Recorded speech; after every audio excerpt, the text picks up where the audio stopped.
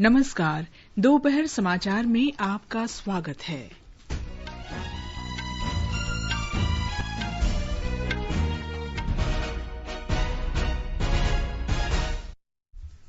केंद्रीय मंत्रिमंडल ने प्रधानमंत्री गरीब कल्याण अन्न योजना नवंबर तक बढ़ाने की मंजूरी दी। देश में कोविड-19 के प्रकोप के बाद एक दिन में रिकॉर्ड 2,62,000 से अधिक परीक्षण किए गए। पश्चिम बंगाल में कल शाम 5 बजे से कंटेनमेंट जोन में लॉकडाउन पर सख्ती से अमल किया जाएगा। गृह मंत्रालय ने गांधी परिवार द्वारा चलाए जा रहे 3 ट्रस्टों द्वारा नियमों के कथित उल्लंघन की जांच में समन्वय के लिए अंतर मंत्रालय समिति का गठन किया। जम्मू कश्मीर सरकार ने अमरनाथ यात्रा के सुचारू संचालन के लिए आवश्यक प्रबंध किए और अंतर्राष्ट्रीय क्रिकेट की वापसी, पहला टेस्ट मैच इंग्लैंड और वेस्टइंडीज के बीच आज लंदन में खेला जाएगा।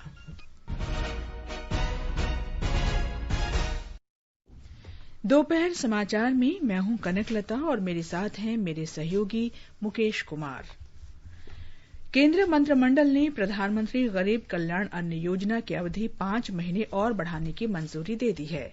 इस योजना के तहत लाभार्थी परिवार के प्रत्येक सदस्य को 5 किलोग्राम गेहूं या चावल और प्रत्येक परिवार के लिए 1 किलोग्राम चना मुफ्त दिया जाता है। देश के करीब 80 करोड़ लोग इस योजना का लाभ उठा रहे हैं। प्रधानमंत्री नरेंद्र मोदी ने पिछले महीने की 30 तारीख को राष्ट्र के नाम अपने संबोधन में इस योजना की अवधि बढ़ाए जाने की घोषणा की थी। उन्होंने कहा था कि देश में गरीब और जरूरतमंद व्यक्ति भूखे नहीं रहेंगे और मौजूदा कोविड महामारी के समय बारिश और आने वाले त्योहारों के मौसम के दौरान उन्हें मुफ्त राशन प्रदान किया जाएगा। वित्त मंत्री निर्मला सीतारामन ने देशव्यापी तालाबंदी शुरू होने के ठीक बाद योजना के पहले चरण की घोषणा की थी। पहले चरण के तहत इस साल अप्रैल से 3 महीने के लिए मुफ्त अनाज उपलब्ध कराया गया था। दूसरा चरण 1 जुलाई से शुरू होकर 30 नवंबर तक चलेगा। इस चरण के दौरान 200 लाख मीट्रिक टन गेहूं चावल और 9,78,000 मीट्रिक टन चना वितरित किया जाएगा। प्रधानमंत्री ग्रामीण कल्याण अन्न योजना पर लगभग 1,50,000 करोड़ रुपए खर्च होंगे। देश में अब तक 4,56,831 कोविड रोगी उपचार के बाद स्वस्थ हो चुके हैं। पिछले 24 घंटे में इस वायरस से 16,883 रोगी ठीक हुए हैं। स्वस्थ होने की दर 61.53% हो गई है।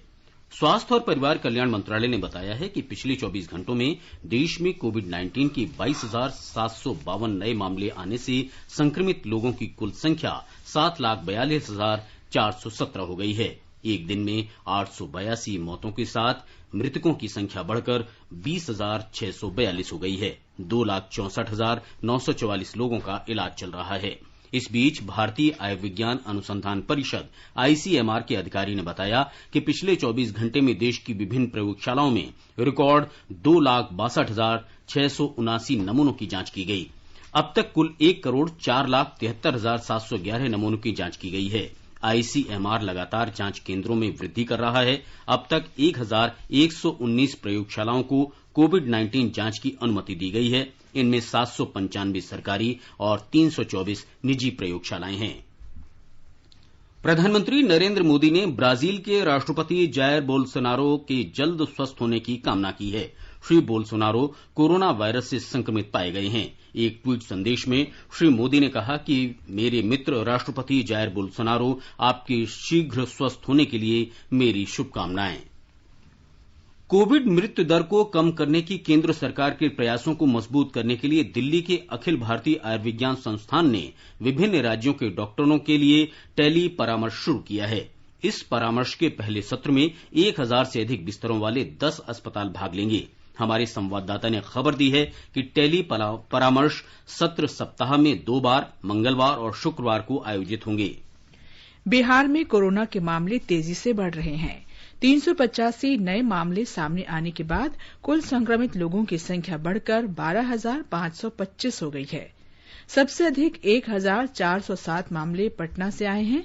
बेगूसराय से 528 और मुजफ्फरपुर से 511 मामले हैं। अब तक 9,338 मरीज ठीक हो चुके हैं, जबकि 3,088 रोगियों का विभिन्न अस्पतालों में इलाज चल रहा है। इस वायरस से 98 लोगों की मौत हो चुकी है। राज्य में ठीक होने की दर 75% है। हमारे संवाददाता ने बताया है कि राज्य के 2 विधायक भी कोरोना संक्रमित पाए गए हैं। मुख्यमंत्री आवास से जुड़े 60 कर्मी कोरोना की चपेट में आ गए हैं। 2 विधायक और विधान परिषद के 1 सदस्य भी संक्रमित पाए गए हैं। 1 जुलाई को विधान परिषद के नवनिर्वाचित सदस्यों के शपथ ग्रहण समारोह में शामिल होने वाले 50 लोगों की रिपोर्ट पॉजिटिव आई है। संक्रमित पाए जाने के बाद विधान परिषद के सभापति अवधेश नारायण सिंह का इलाज अस्पताल में चल रहा है। कोरोना के बढ़ते संक्रमण को देखते हुए भागलपुर, नवगछिया और कहलगांव के शहरी क्षेत्रों में कल से 4 दिनों तक लॉकडाउन रहेगा। पूरे राज्य में 1314 कंटेनमेंट जोन बनाए गए हैं। इन इलाकों में रहने वाले सभी लोगों के स्वास्थ्य की जांच पड़ताल की जा रही है। आकाशवाणी समाचार के लिए पटना से कृष्ण कुमार लाल। मेघालय के शिलंग में कोविड-19 से और 4 लोग संक्रमित पाए जाने के बाद कुल संक्रमित मामलों की संख्या 99 हो गई है। इनमें 54 लोगों का इलाज चल रहा है। मुख्यमंत्री कोनराड के संगमा ने बताया कि इन 4 में से 3 सीमा सुरक्षा बल के जवान हैं और 1 व्यक्ति त्रिपुरा का निवासी है जो उपचार के लिए शिलंग आया है। राज्य में 43 मरीज स्वस्थ हो गए हैं और 2 की मृत्यु हो गई है। गुजरात उच्च न्यायालय आज से 3 दिन तक बंद रहेगा। ये निर्णय परिसर में 7 नए कोविड-19 के मामले आने के बाद लिया गया। हमारे संवाददाता ने खबर दी है कि ये जानकारी गुजरात उच्च न्यायालय के रजिस्ट्रार जनरल ने दी। आधिकारिक विज्ञप्ति के अनुसार संक्रमण के 7 मामले मिलने के बाद उच्च न्यायालय को आज से 3 दिनों तक बंद करने का फैसला किया गया। आरोग्य सेतु ऐप पर उच्च न्यायालय भवन में करीब 20 पिंक स्थान दिखाई देने के बाद किए गए परीक्षणों में संक्रमण के 7 मामले सामने आए, जिसमें 6 न्यायालय के कर्मचारी और 1 पुलिस कांस्टेबल शामिल है। अब अहमदाबाद नगर निगम द्वारा 3 दिनों तक उच्च न्यायालय के भवन, जुडिशियल अकादमी और सभागार की संपूर्ण सफाई और सैनिटाइजेशन किया जाएगा। इस बीच नगर निगम ने अहमदाबाद शहर के 14 और क्षेत्रों को माइक्रो कंटेनमेंट जोन में शामिल किया है, जबकि 3 क्षेत्रों को इस सूची से बाहर निकाला गया है। नगर निगम द्वारा आज से शहर में सुपर स्प्रेडरों के मास एंटीजन टेस्ट का दूसरा दौर शुरू किया गया है। इसमें फलों, सब्जी, दूध, किराना और दवाइयां बेचने वाले का मास एंटीजन टेस्ट करने के बाद उसे स्वास्थ्य कार्ड दिया जाएगा। इस बार हेयर कटिंग सैलून, पान पार्लर और खान पान के ठेले वालों को भी इसमें शामिल किया गया है। योगेश पंड्या, आकाशवाणी समाचार, अहमदाबाद। असम में पिछले 12 घंटे के दौरान कोविड-19 से 5 लोगों की मृत्यु हो गई है। राज्य के स्वास्थ्य मंत्री हिमंत बिस्व शर्मा ने बताया कि 4 लोगों की गुवाहाटी मेडिकल कॉलेज में और 1 रोगी की तेजपुर मेडिकल कॉलेज में मृत्यु हुई। उन्होंने बताया कि गुवाहाटी में कल 588 नए मामलों की पुष्टि हुई। ब्यौरा हमारे संवाददाता से।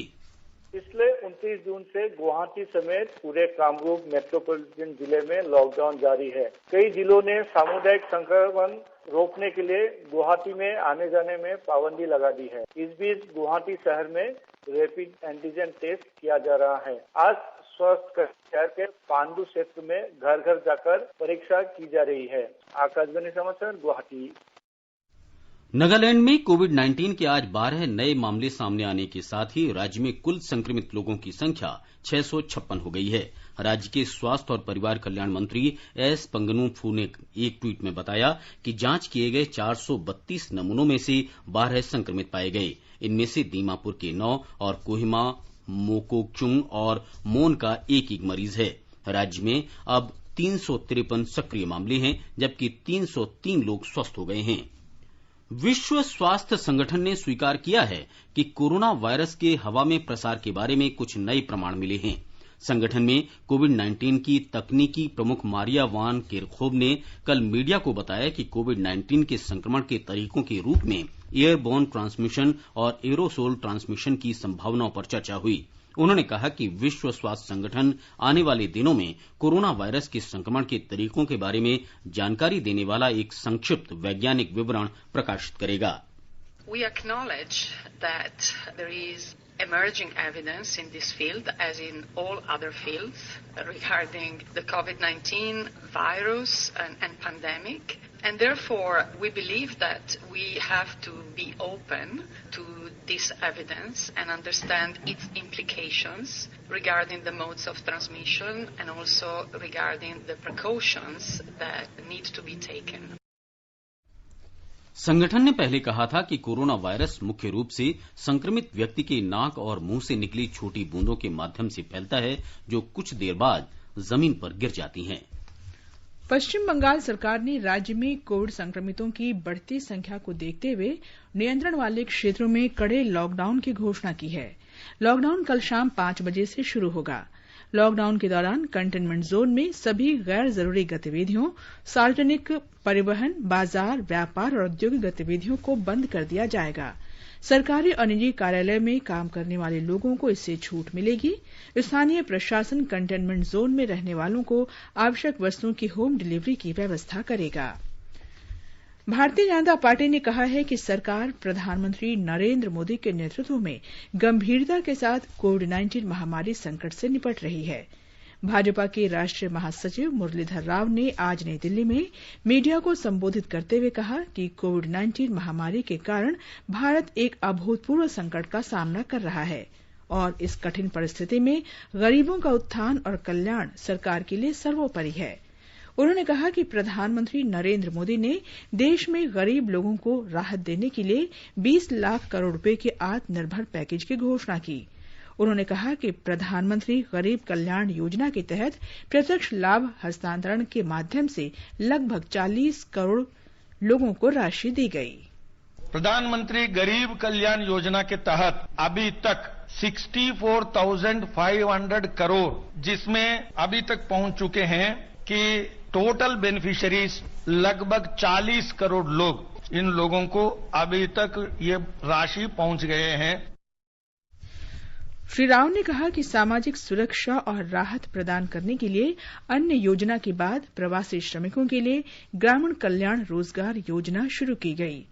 उन्होंने कहा कि किसान क्रेडिट कार्ड के माध्यम से किसानों को रियायती ऋण देने का वायदा किया गया था और पिछले महीने के अंत तक 62,870 करोड़ रुपए के ऋण सीमा के साथ 70 लाख से अधिक किसान क्रेडिट कार्ड स्वीकृत किए गए हैं। भाजपा महासचिव ने कहा कि 20 राज्य अब तक एक देश एक राशन कार्ड पहल में शामिल हो चुके हैं और बाकी के राज्य अगले साल मार्च तक इस पहल के अंतर्गत आ जाएंगे। उन्होंने कहा कि इससे प्रवासी श्रमिकों को मदद मिलेगी और देश में किसी भी उचित मूल्य की दुकान से वे राशन प्राप्त कर सकेंगे।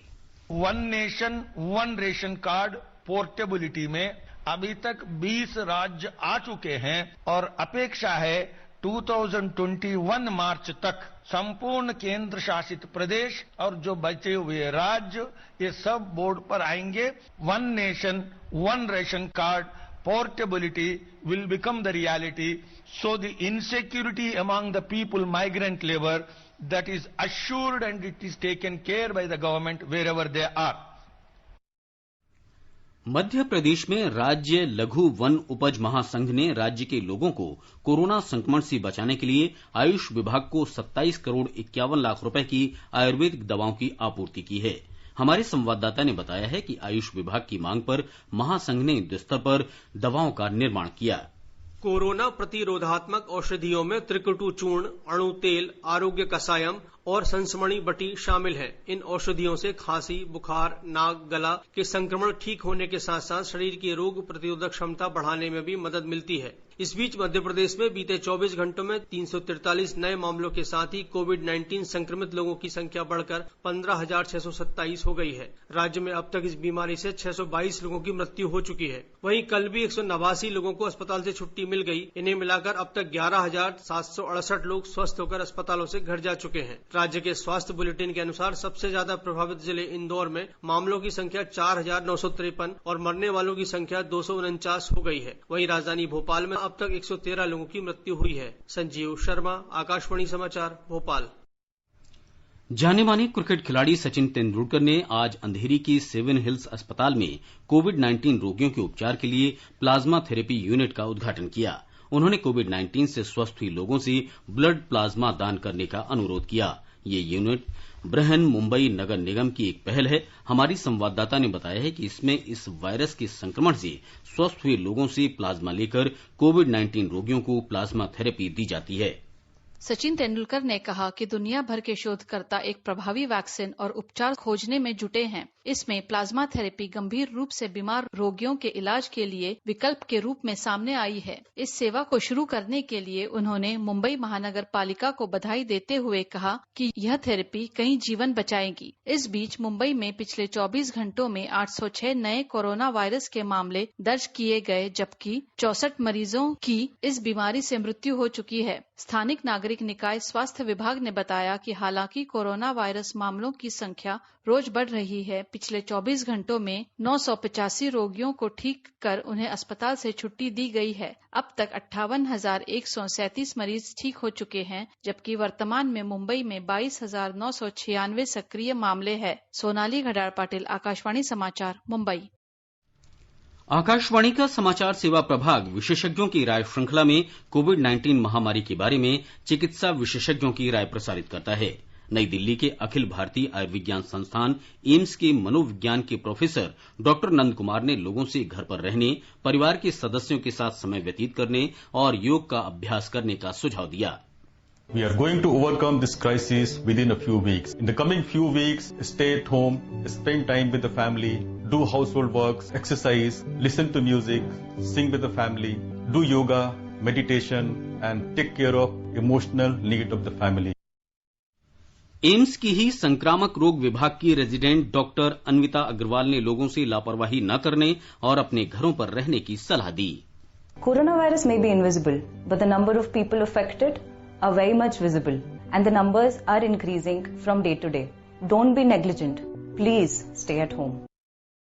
आकाशवाणी का समाचार सेवा प्रभाग अपने फोन इन कार्यक्रम में कोविड-19 पर विशेष परिचर्चा प्रसारित करता है।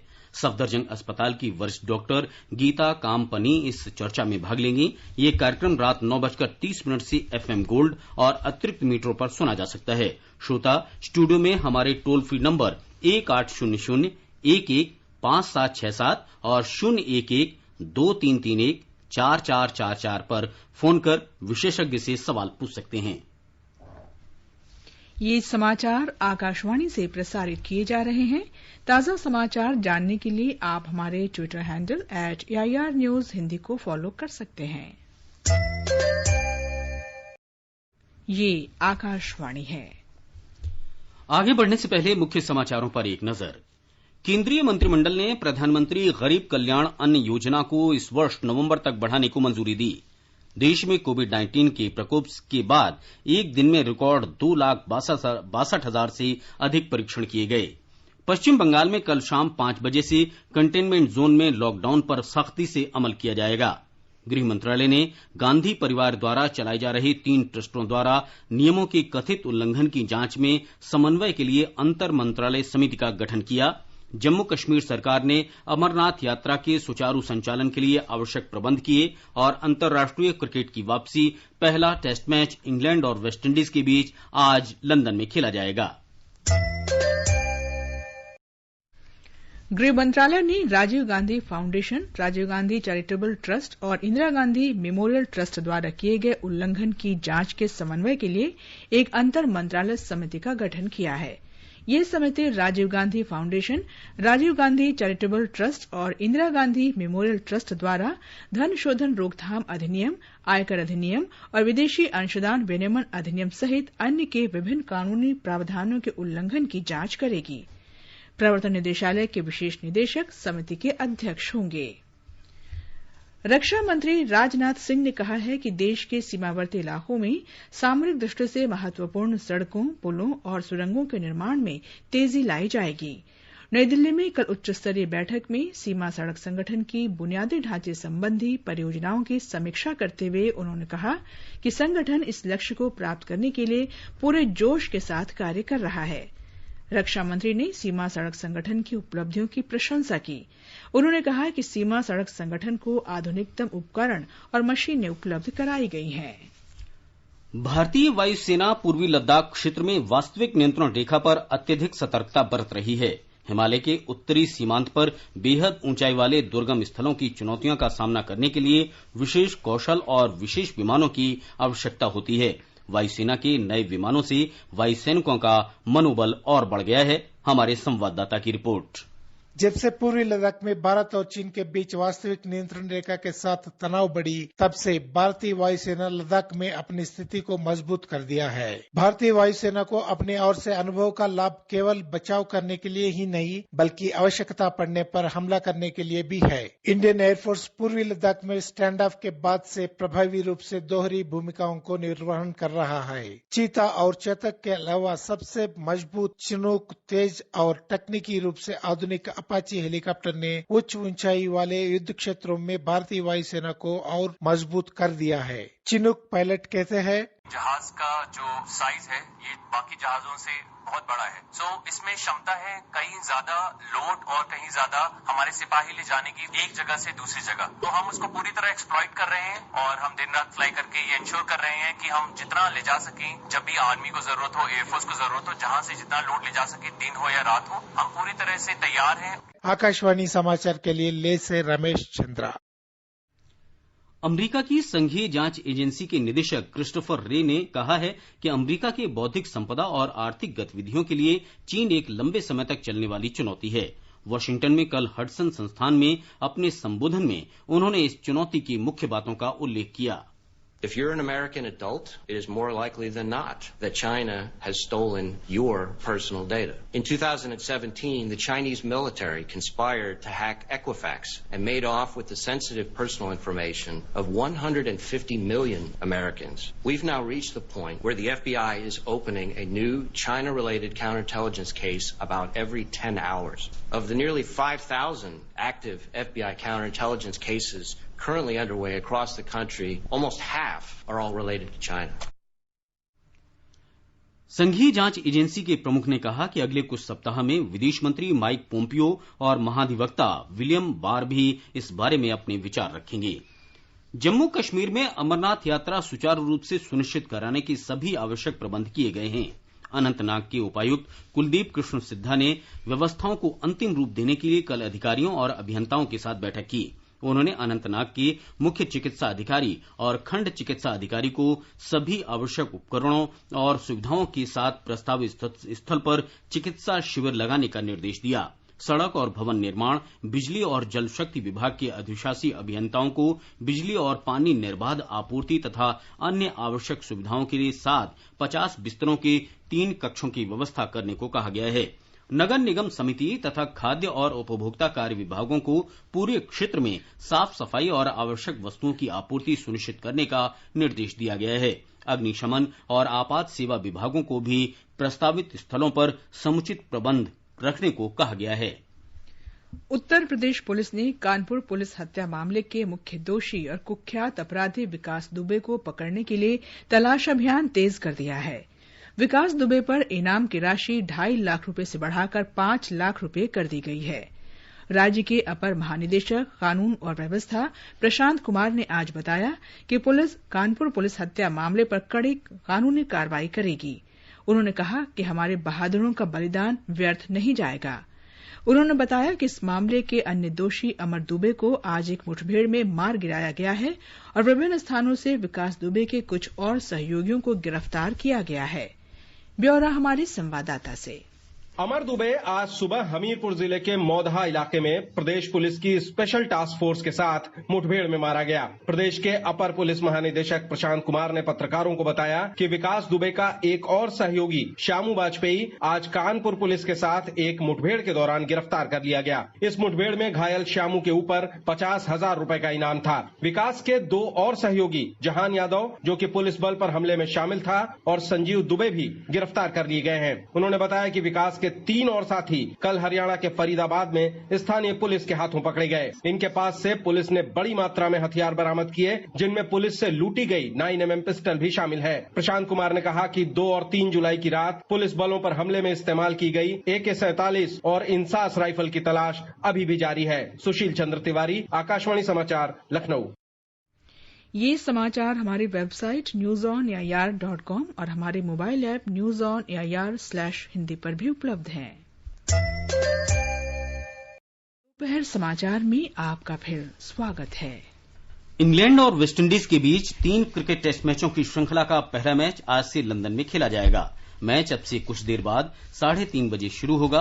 कोविड-19 महामारी के दौरान 117 दिन के अंतराल के बाद अंतर्राष्ट्रीय क्रिकेट की फिर से वापसी हो रही है। मेजबान इंग्लैंड का नेतृत्व नियमित कप्तान जो रूट की अनुपस्थिति में हरफनमौला खिलाड़ी बेन स्टोक्स करेंगे, जबकि वेस्टइंडीज टीम की कप्तानी टीम के सबसे अनुभवी खिलाड़ी जेसन होल्डर करेंगे। कप्तान के रूप में होल्डर का ये 33वां टेस्ट मैच होगा। दोनों टीमों की गेंदबाजी मजबूत है, लेकिन उनकी बल्लेबाजी कमजोर मानी जा रही है। महामारी के मद्देनजर आईसीसी नियमों के साथ ये देखना दिलचस्प होगा कि दोनों टीमों का प्रदर्शन कैसा रहेगा। पूर्व सैनिक अंशदान स्वास्थ्य योजना के लाभार्थियों की श्रेणी बढ़ाई गई है। अब पूर्व सैनिकों के अविवाहित, स्थायी रूप से दिव्यांग और आश्रित रूप से आश्रित पुत्र भी जिन्होंने 25 वर्ष की आयु सीमा पार कर ली है, इस योजना का लाभ उठा सकेंगे। लेकिन इसके लिए केंद्रीय स्वास्थ्य मंत्रालय की 7 मई 2018 के आदेश में दी गई शर्तों को पूरा करना होगा। कृषि मंत्रालय ने कहा है कि देश के विभिन्न राज्यों में इस साल 11 अप्रैल से 2.25 लाख हेक्टेयर से अधिक इलाके में टिड्डी दल नियंत्रण अभियान चलाया गया है। ये राज्य हैं राजस्थान, मध्य प्रदेश, पंजाब, गुजरात, उत्तर प्रदेश, महाराष्ट्र, छत्तीसगढ़, हरियाणा और बिहार। मंत्रालय ने यह भी कहा कि टिड्डी दलों को मारने के अभियान को कीटनाशकों के हवाई छिड़काव की क्षमता बढ़ाकर सुदृढ़ किया गया है। और अब एक नजर आज के मौसम पर। राष्ट्रीय राजधानी दिल्ली में गरज के साथ बारिश होने का अनुमान है। न्यूनतम तापमान 27 डिग्री सेल्सियस और अधिकतम तापमान 33 डिग्री सेल्सियस रहेगा। मुंबई में आमतौर पर बादल छाए रहेंगे, हल्की बारिश होगी। न्यूनतम तापमान 26 डिग्री सेल्सियस और अधिकतम 31 डिग्री रहेगा। चेन्नई में न्यूनतम तापमान 26 डिग्री सेल्सियस और अधिकतम 38 डिग्री रहने की संभावना है। हल्की बारिश के साथ आमतौर पर बादल छाए रहेंगे। कोलकाता में न्यूनतम तापमान 27 डिग्री सेल्सियस और अधिकतम 33 डिग्री रहने का अनुमान है। मध्यम बारिश या गरज के साथ आंशिक रूप से बादल छाए रहेंगे। गुवाहाटी में आसमान में बादल छाए रहने की संभावना है। शहर में न्यूनतम तापमान 25 डिग्री सेल्सियस दर्ज किया गया, जबकि अधिकतम तापमान 32 डिग्री के आसपास रहेगा। केंद्र शासित प्रदेश जम्मू और कश्मीर में जम्मू में न्यूनतम तापमान 24 डिग्री सेल्सियस दर्ज किया गया, जबकि अधिकतम तापमान 37 डिग्री के आसपास रहेगा। आसमान में आंशिक रूप से बादल छाए रहेंगे या गरज के साथ बौछारें पड़ेंगी। श्रीनगर में न्यूनतम तापमान 18 डिग्री सेल्सियस दर्ज किया गया, जबकि अधिकतम तापमान 32 डिग्री के आसपास रहेगा। वहां शाम को आंशिक रूप से बादल छाए रहने की संभावना है। गिलगित में शाम को आंशिक रूप से बादल छाने का अनुमान है। न्यूनतम तापमान 20 डिग्री सेल्सियस दर्ज किया गया, जबकि अधिकतम तापमान 32 डिग्री के आसपास रहेगा। मुजफ्फराबाद में शाम को आसमान में कहीं कहीं बादल छाए रहेंगे। शहर का न्यूनतम तापमान 22 डिग्री सेल्सियस दर्ज किया गया, जबकि अधिकतम तापमान 38 डिग्री के आसपास रहेगा। संकल्प पर्व के सिलसिले में संस्कृति मंत्री प्रहलाद सिंह पटेल ने कल नई दिल्ली में किला राय पिथौरा और भारतीय राष्ट्रीय अभिलेखागार में पौधे लगाए। किला राय पिथौरा के अपने दौर में श्री पटेल ने इस ऐतिहासिक स्मारक के जीर्णोद्धार कार्य का भी जायजा लिया। राष्ट्रीय अभिलेखागार में उन्होंने दस्तावेज संरक्षण कार्य की समीक्षा की। श्री पटेल ने कहा कि प्रधानमंत्री नरेंद्र मोदी के आह्वान पर संस्कृति मंत्रालय 28 जून से 12 जुलाई तक संकल्प पर्व का आयोजन कर रहा है। उन्होंने कहा कि मंत्रालय ने अपने अधीनस्थ कार्यालयों से प्रधानमंत्री द्वारा सुझाए गए 5 तरह के पेड़ों बरगद, आंवला, पीपल, अशोक और बेल लगाने को कहा है। केंद्रीय अन्वेषण ब्यूरो सीबीआई ने तमिलनाडु सरकार के अनुरोध पर कोविलपट्टी जिले के 2 व्यापारियों की कथित रूप से पुलिस हिरासत में मौत के आरोप के 2 मुकदमे दर्ज किए हैं। सीबीआई तमिलनाडु में टुटीकोरेन जिले के कोविलपट्टी में पूर्वी पुलिस थाने में दर्ज इन मामलों की जांच कर रही है। हमारे संवाददाता ने खबर दी है कि सीबीआई ने इसके लिए एक टीम का गठन किया है। पुलिस का आरोप है कि लॉकडाउन के दौरान दुकान खुली रखने पर पिता और पुत्र को पुलिस ने हिरासत में मार दिया था। अंत में मुख्य समाचार एक बार फिर। केंद्रीय मंत्रिमंडल ने प्रधानमंत्री गरीब कल्याण अन्न योजना को इस वर्ष नवंबर तक बढ़ाने की मंजूरी दी। देश में कोविड-19 के प्रकोप के बाद एक दिन में रिकॉर्ड 2,62,000 से अधिक परीक्षण किए गए। पश्चिम बंगाल में कल शाम 5 बजे से कंटेनमेंट जोन में लॉकडाउन पर सख्ती से अमल किया जाएगा। गृह मंत्रालय ने गांधी परिवार द्वारा चलाए जा रहे 3 ट्रस्टों द्वारा नियमों के कथित उल्लंघन की जांच में समन्वय के लिए अंतर मंत्रालय समिति का गठन किया। जम्मू कश्मीर सरकार ने अमरनाथ यात्रा के सुचारू संचालन के लिए आवश्यक प्रबंध किए और अंतर्राष्ट्रीय क्रिकेट की वापसी पहला टेस्ट मैच इंग्लैंड और वेस्टइंडीज के बीच आज लंदन में खेला जाएगा। इसके साथ ही दोपहर समाचार का ये अंक समाप्त हुआ। नमस्कार।